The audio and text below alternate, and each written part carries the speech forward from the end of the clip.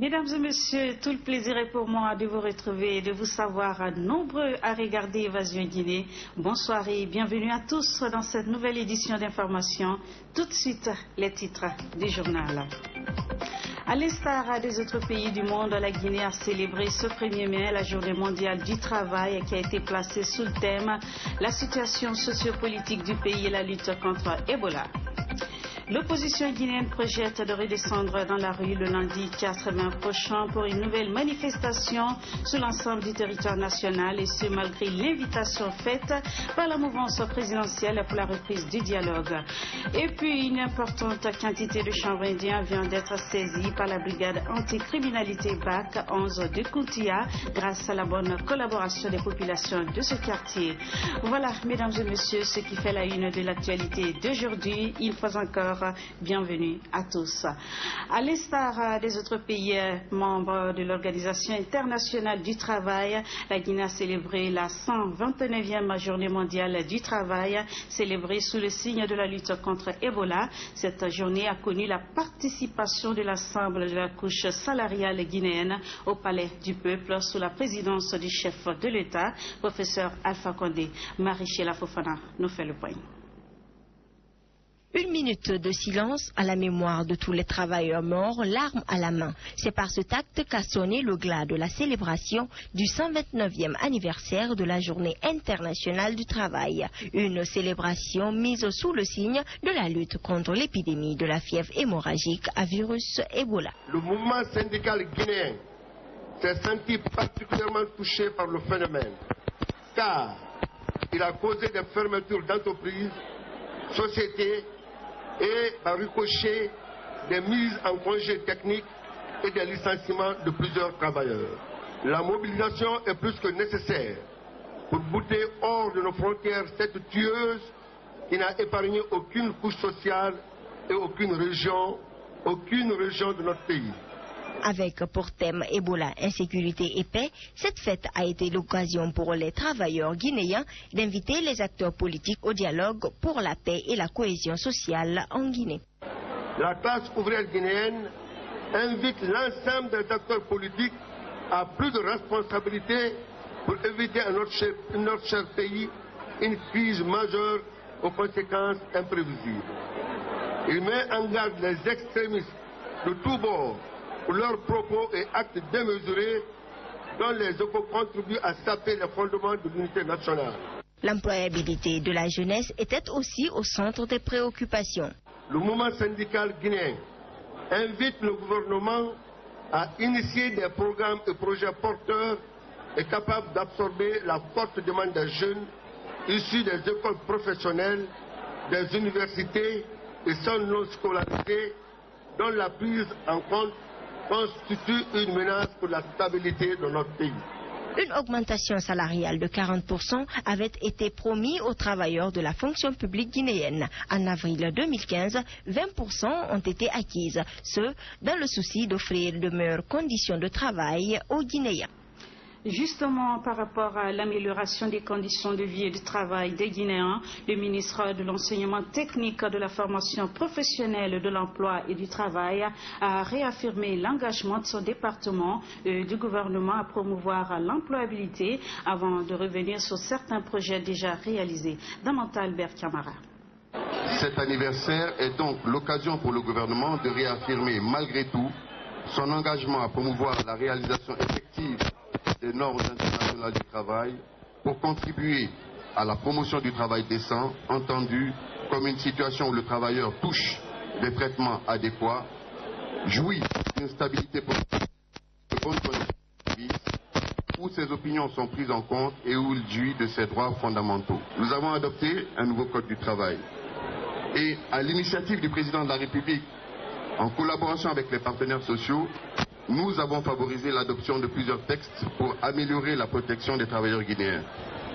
Nous venons de sortir la liste des emplois protégés en Guinée, la liste des travaux dangereux, les nouvelles fêtes légales, la mise en place des conseils d'administration de la Caisse nationale de prévoyance sociale des agents de l'État et de l'INAMO, l'Institut d'assurance maladie obligatoire. Présent à la fête, le chef de l'État, professeur Alpha Condé, s'est adressé aux travailleurs guinéens. Suivez. Lorsque les leaders syndicaux eux-mêmes commencent à faire de la démagogie pour tromper le peuple, où on va. Nous avons entendu le premier discours du secrétaire général de la CNTG. Il vous a montré qu'il y a une crise internationale. Le prix du fer a baissé de 50% sur le marché. Les pays sont en crise sur le plan international. Et l'Ebola est venu. Il vous a dit, avec l'Ebola, les usines l'ont fermé, les investisseurs ne viennent pas, etc., etc., etc. Donc, ça veut dire que les ressources, le gouvernement n'a pas de ressources. Parce que s'il n'y a pas d'entreprise, s'il n'y a pas d'investisseurs, où est la douane? Où sont les recettes fiscales? Après avoir entendu ça, de la bouche du secrétaire général de la CNTG, vous avez un autre qui va vous présenter nous, je ne sais pas quoi, etc. Hein? Et voilà, pam, pam, pam, pam, pam, pam, pam. Je crois qu'Amadou a parlé sur la presse de mars et l'autre a parlé à Conakry. Parce que sinon, on ne peut pas avoir deux discours aussi contradictoires, aussi opposés. Mais, lorsque je vous ai dit, ne tuez pas la poule aux œufs d'or. Pourquoi Afria a été fermée? Parce que votre base syndicale a donné le bâton pour nous frapper aux Russes. Ils ont fait une grève incontrôlée qui a permis à Russal de fermer Fria. Et je vous l'ai dit, vous le savez. Vous le savez, je vous l'ai dit à nos rencontres. Le 1er mai, journée fériée chômée payée instaurée pour fêter les combats des travailleurs et travailleuses, était aussi avec l'unité d'action syndicale COSATREG, ONLG et CGFOG. Ces trois centrales syndicales ont réuni les travailleurs à la commune de Matam pour parler également de la situation socio-politique du pays et la lutte contre Ebola. Mania Kondé nous en dit plus. Il est 10 heures passées de quelques minutes lorsque les travailleurs et ouvriers guinéens ont rallié la commune de Matam, tous habillés de leurs plus beaux costumes pour célébrer la journée internationale du travail à l'instar des autres travailleurs du monde. Ce 119e anniversaire de la fête du travail a été placé sous le signe du renforcement de la cohésion sociale et la lutte contre Ebola. C'est pour cette raison que l'unité d'action syndicale, l'ONSLG, la COSATREG et la CGFOG ont interpellé les acteurs politiques et l'État guinéen à faire preuve de responsabilité. L'unité d'action syndicale, ONSLG, COSATREG, CGFOG, invite les acteurs de tous bords à faire preuve de responsabilité pour aller immédiatement à un dialogue sincère afin d'aboutir à des accords pour une paix durable au bénéfice de nos populations et de notre pays déjà très fragilisé. Créé depuis le 2 octobre 1958, le mouvement syndical guinéen connaît de nos jours plusieurs dysfonctionnements. Et pour retrouver sa place, mais aussi sa force d'antan, une refondation du mouvement est nécessaire. La nécessité d'une refondation du mouvement syndical s'impose à tous. Et pour y parvenir, trois approches sont envisageables. Premièrement, l'appropriation par les syndicats du concept de refondation du mouvement syndical guinéen. Deuxièmement, la tenue d'un symposium des organisations syndicales guinéennes. Troisièmement, la rédaction d'une charte syndicale. Instaurée à ses origines comme la journée internationale annuelle de grève pour la réduction du temps de travail à une journée de 8 heures, la journée internationale du travail est une occasion importante pour célébrer le combat des travailleurs et travailleuses du monde. Le 1er mai reste l'occasion d'importantes manifestations des ouvriers dans de nombreux pays. Au cours de cette célébration, 10 points de revendication, notamment la crise sociopolitique qui prévaut en Guinée et l'amélioration des conditions de vie des travailleurs et retraités, ont été présentés par l'unité d'action syndicale. Nous vous proposons un extrait. Suivez. La création et la mise en place imminente du Conseil national de dialogue social CNDS. La vulgarisation des textes de loi régissant les droits fondamentaux des travailleurs des secteurs de l'administration publique, privée et mixte. 3. L'accélération de la mise en en œuvre de la nouvelle grille salariale des travailleurs et retraités de Guinée. 4. Le respect strict des engagements tripartites signés entre le gouvernement, les employeurs et les syndicats. 5. La régularisation effective de la situation administrative des enseignants et enseignants-chercheurs de Guinée. 6. L'adéquation effective et immédiate de l'état d'urgence sanitaire à la pratique sur le terrain dans le cadre d'une efficace riposte contre Ebola. Célébration, toujours la journée internationale du travail a aussi été célébrée dans des entreprises privées comme Orange Guinée. Là, la délégation spéciale des travailleurs de Orange Guinée, Destog, a félicité les employés et procédé à des plaidoiries. Oulimatou Koro Diallo nous fait le point. C'est dans la perspective de défendre l'intérêt général des travailleurs et de l'entreprise Orange Guinée que la délégation syndicale des travailleurs de cette société a célébré la fête internationale des travailleurs. Dans son allocution, le secrétaire général de la DESTOG, après avoir souligné les performances effectuées, remercie les employés. En fonction de notre performance, en 2013, nous avons eu 94 actions. Et en 2014, on a eu 100 actions. Donc l'honneur est pour moi, en tant que secrétaire général, détenteur de pouvoir, porte-parole des travailleurs, de remercier tous les employés d'avoir atteint ce objectif à 103%. Cette journée a aussi pour objectif la mise en avant des revendications et d'expression de la solidarité internationale. Le chargé de la revendication et de la négociation des délégués syndicaux de Orange Guinée parle des plaidoiries effectuées. Notre plaidoirie est celle d'améliorer les conditions de vie des travailleurs, pour leur donner vraiment une vie décente. Ala Sougou, divisionnaire au niveau de la DAF, a profité de cette célébration pour demander aux travailleurs plus de responsabilités auprès de la clientèle. Toujours placer le client au centre de nos préoccupations, parce que notre raison principale d'être, ce sont nos clients. Si nos clients n'achètent pas nos produits, là, on ne va pas réaliser de performance. Les travailleurs, quant à eux, se disent satisfaits de cette journée. C'est vraiment l'occasion pour nous de nous arrêter un jour, un peu faire une sorte de rétrospective sur tout ce qui a été fait déjà en termes d'amélioration des conditions des travailleurs,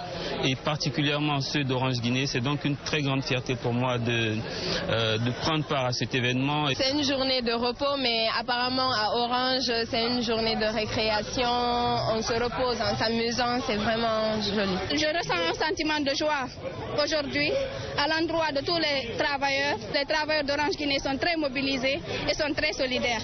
C'est ça l'une de notre force. Un défilé des travailleurs de Orange Guinée du pont 8 novembre à l'esplanade du Palais du Peuple et la prise d'une photo de famille avec un de leurs concurrents a clôturé cette cérémonie. Politique dans cette édition d'information, je vous le disais en titre, malgré la main tendue de la mouvance présidentielle à l'opposition pour la reprise du dialogue, elle tient toujours à ses manifestations. Le lundi prochain, l'opposition va organiser une nouvelle manifestation sur toute l'étendue du territoire national et le zèle des travaux de la CENI sur le terrain. La mouvance présidentielle qualifie ces revendications de l'opposition républicaine comme une démarche qui vise à empêcher les préparatifs de la présidentielle pour aboutir à la vacance du pouvoir. Maurice Sidibé, Abdourahmane Ba. L'opposition républicaine et la mouvance peinent toujours à accorder leur violon pour la reprise du dialogue politique. Le lundi prochain, l'opposition entend battre le pavé sur l'ensemble du territoire national. La manifestation projetée pour le lundi 4 mai concerne effectivement tout le territoire national et non seulement les 5 communes de Conakry. La mouvance présidentielle, quant à elle, tend toujours la main à l'opposition pour dialoguer autour de la table au moment où celle-ci reste toujours figée sur sa position. Nous n'avions aucun problème avec le chronogramme de l'élection présidentielle qui aboutissait à l'organisation du scrutin au 11 octobre prochain. Cette main tendue du pouvoir vis-à-vis de l'opposition, c'est une opération de communication. Il est important que le processus électoral, durant le temps que prendra ce dialogue, soit provisoirement interrompu, comme cela fut le cas en 2013. Le porte-parole de la mouvance réagit aussi sur cette impasse. Dr Saliou Bella Diallo soutient que lors des dialogues précédents, l'opposition n'avait jamais posé de conditions préalables. Pour lui, cette démarche de l'opposition vise à entraver la préparation de la présidentielle afin de réclamer la vacance du pouvoir. Il n'a jamais été de préalable au cours de tous les dialogues qui ont eu lieu. Et pourquoi maintenant? L'opposition sait ce qu'elle est en train de rechercher. Il faut que cela puisse se pérenniser comme ça et que, à un moment donné, qu'il puisse profiter d'un trouble ou bien que nous puissions évoluer comme ça sans pouvoir être en mesure d'organiser les élections afin que nous puissions aboutir à une vacance de pouvoir. Ça, c'est exclu. Et il faut qu'ils sachent que ces manifestations belliqueuses truffées de violence, la population n'en a plus besoin. Sur la question de savoir si le couplage de la présidentielle avec les communales et les communautaires peut être une voie de sortie de crise, le porte-parole de la mouvance s'insurge et déclare qu'il n'est pas nécessaire. Les ressortissants de la sous-préfecture du Kankalabé à Dalaba ont récemment rendu visite au président de l'Assemblée. L'objectif de cette visite était de remercier le président du Parlement guinéen pour son soutien personnel en faveur de leur sous-préfecture. Une occasion pour Claude Kori Kondiano de retirer son engagement à œuvrer davantage en faveur des habitants de cette localité. Lansana Traoré. Cette visite des ressortissants de Kankalabé, une sous-préfecture de Dalaba à l'Assemblée nationale, s'inscrit dans le cadre de la reconnaissance des efforts de développement consentis par cette institution dans leur localité. Le but de cette visite était de transmettre à M. le Président de l'Assemblée nationale un message de vœux et de remerciement des sages de ma sous-préfecture Kankalabé. Il nous a soutenus. Quand on a eu des événements à Kankalabé, il a contribué à la réussite de ces événements.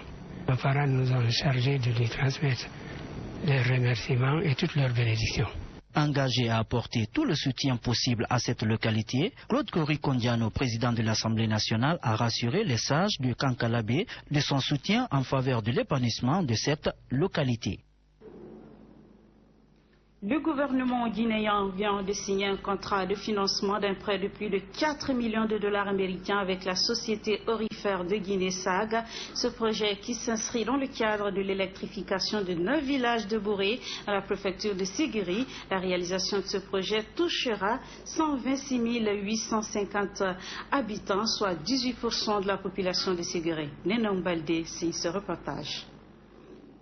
Cette signature du contrat de prêt avec la Société aurifère de Guinée, qui s'élève d'un montant de 4 857 500 dollars américains, s'inscrit dans le cadre de l'électrification de 9 villages de Bouré dans la préfecture de Sigiri. Ce projet touchera 126 850 habitants, soit 18% de la population de Sigiri.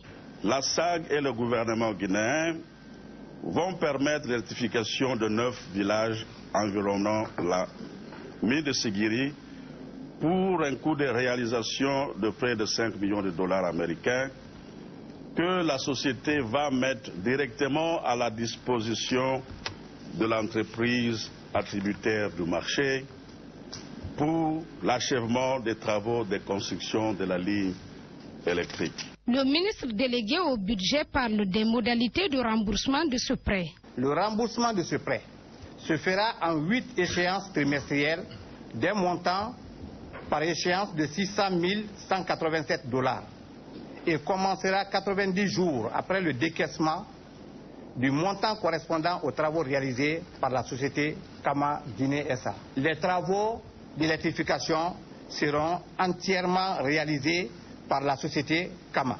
Le directeur général de la Société aurifère de Guinée a à cette occasion attiré l'attention des membres du gouvernement sur la situation difficile que vivent les travailleurs dans cette préfecture, notamment l'accès au jour. La SAG a besoin du soutien du gouvernement guinéen et des communautés afin d'avoir accès aux nouveaux gisements, ce qui pourrait allonger la vie de la société et faciliter la réalisation du projet d'expansion de la mine. Nous souhaitons avoir accès à ces zones le plus tôt possible pour l'atteinte de nos objectifs de financement.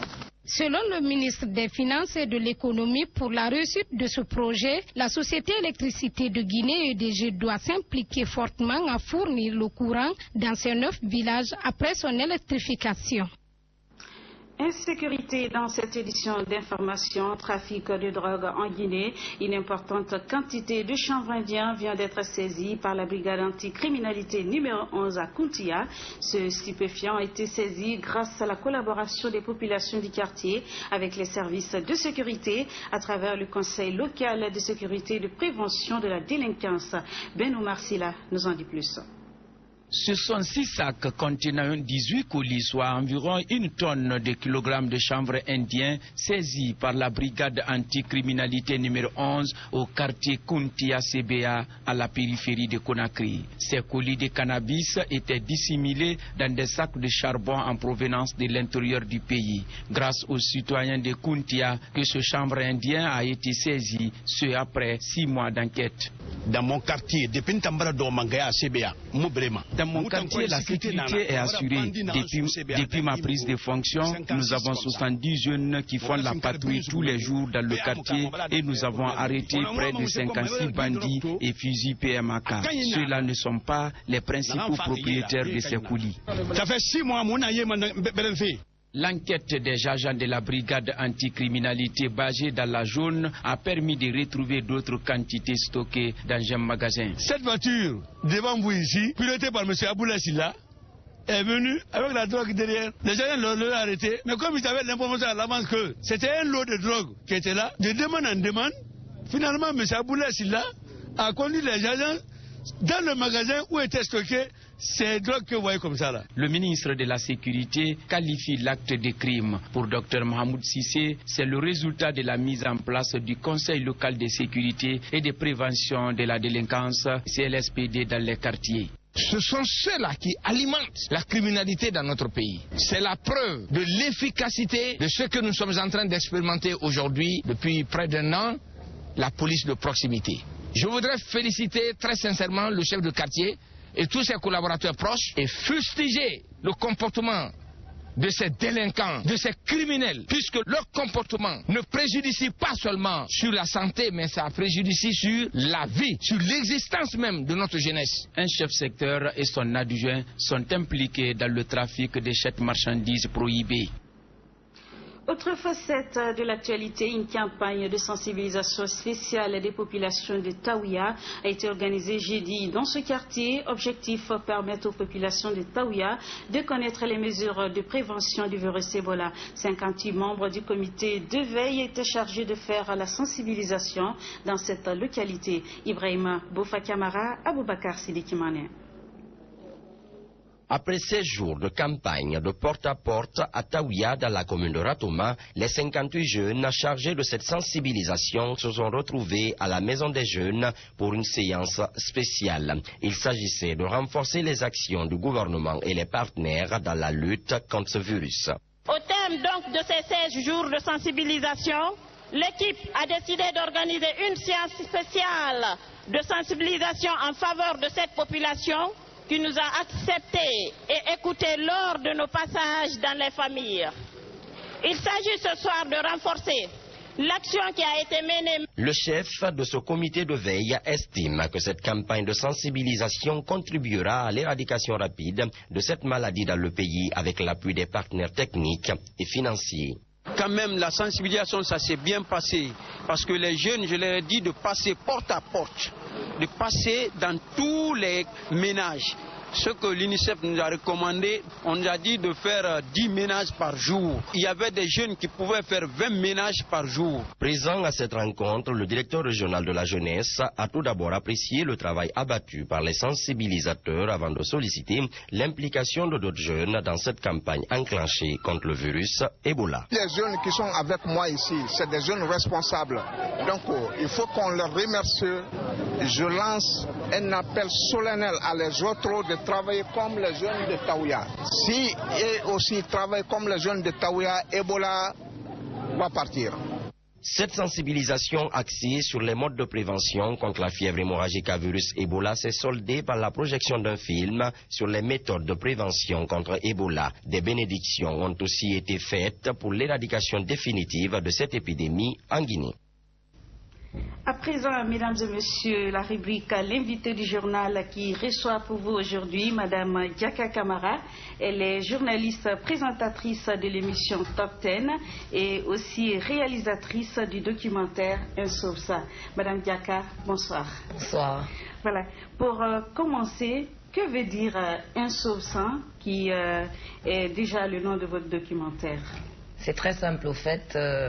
On a vu à travers nos recherches avec Ebola que lorsque une personne est infectée par le virus, il contacte directement 100 personnes. Parce qu'en général, en moyenne, c'est le nombre de personnes avec lesquelles on est en contact journalier.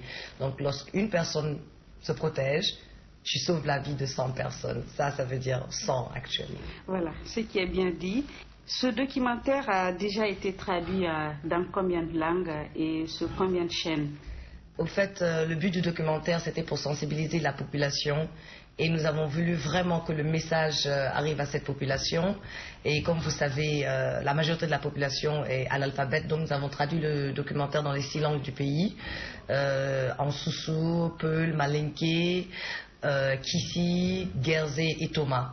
Et le documentaire est passé sur toutes les télés de la place afin de pouvoir vraiment atteindre toute la population guinéenne. Voilà, donc et la télé publique et en même temps...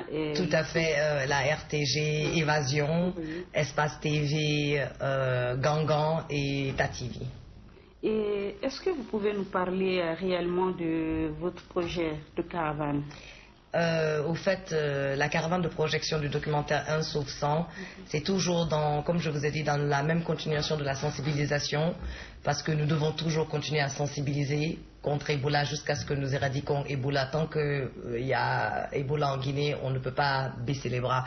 Et donc, nous avons décidé cette fois-ci d'utiliser une couche, la jeunesse, et plus précisément les élèves, parce que nous imaginons que les élèves sont des ambassadeurs au sein de leur famille, au sein de leur voisinage, parmi leurs amis. Et donc nous avons décidé, en partenariat avec l'UNICEF, et je tiens vraiment à remercier l'UNICEF parce qu'ils se sont vraiment livrés à ce combat contre Ebola. Et donc nous avons décidé de présenter le documentaire dans les écoles de la place afin de sensibiliser les élèves pour qu'eux aussi à leur tour ils prennent l'information là et partent se jouer et partent faire passer le message, si vous voulez, au sein de leur famille. Est-ce que cette sensibilisation a déjà débuté? Oui, au moment où je vous parle, nous avons déjà fini, parce que nous avons choisi Conakry, Forêt-Karia, Dubreka, Koya et Kindia, les écoles dans ces différentes zones, et en tout nous avons choisi 27 écoles. Et là, au moment où je vous parle, nous avons fini avec Conakry. Nous avons choisi des écoles dans toutes les communes de Conakry, 3 écoles par commune, c'est une école primaire. Nous avons commencé par les tout petits jusqu'aux lycéens. Et donc là, nous avons fini avec Conakry et nous avons fini avec Koya et Dubreka. Et la semaine prochaine, nous entamons Forêt-Karia et Kindia. Voilà. Est-ce que le projet concerne uniquement les écoles? Et au-delà des écoles aussi, nous avons voulu aussi toucher aussi directement la population. Donc nous avons ciblé 8 places publiques à Conakry. Nous avons déjà fait la projection à la foire à 2 reprises parce qu'il y avait beaucoup de monde. Et nous avons projeté au boulevard Telly à Kaloum. Nous avons aussi fait une projection à l'esplanade du stade du 28 septembre. Nous avons fait une projection au stade de Bonfi et au stade de Saint-Fil. Et maintenant, nous comptons faire notre projection au rond-point de Hamdallah et à la Blue Zone et au terrain de Symphonia pour finir avec nos places publiques. Voilà.